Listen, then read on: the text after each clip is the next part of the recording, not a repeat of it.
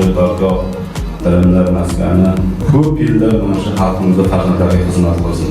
Bu yerda ishlayotgan, o'sha bilim berayotgan murabbiy ustozlarga ham hammasini omadini bersin, hammasi sog' salomat bo'lsin, xalqimizni farzandlarini yaxshi bilim berib, yaxshi tarbiyalasin.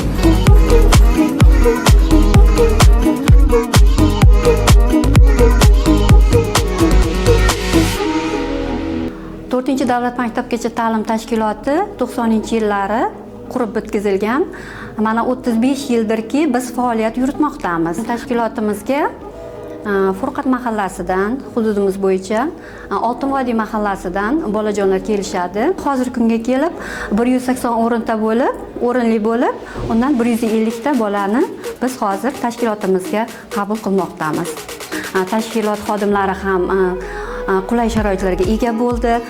Kelajagimiz uchun mana har bir xonalarda yetarlicha ko'rgazmalar va xonalarning issiqlik energiyasi zamonaviy jihozlar orqali jihozlanib, kelajak avlodimiz uchun yetarlicha imkoniyatlar yaratildi. Prezidentimizga kattadan katta rahmatlar aytamiz. Muhtaram prezidentimizning ta'lim sohasiga bergan e'tiborlari orqali biz yangi ta'mirdan chiqqan bog'chaga ega bo'ldik.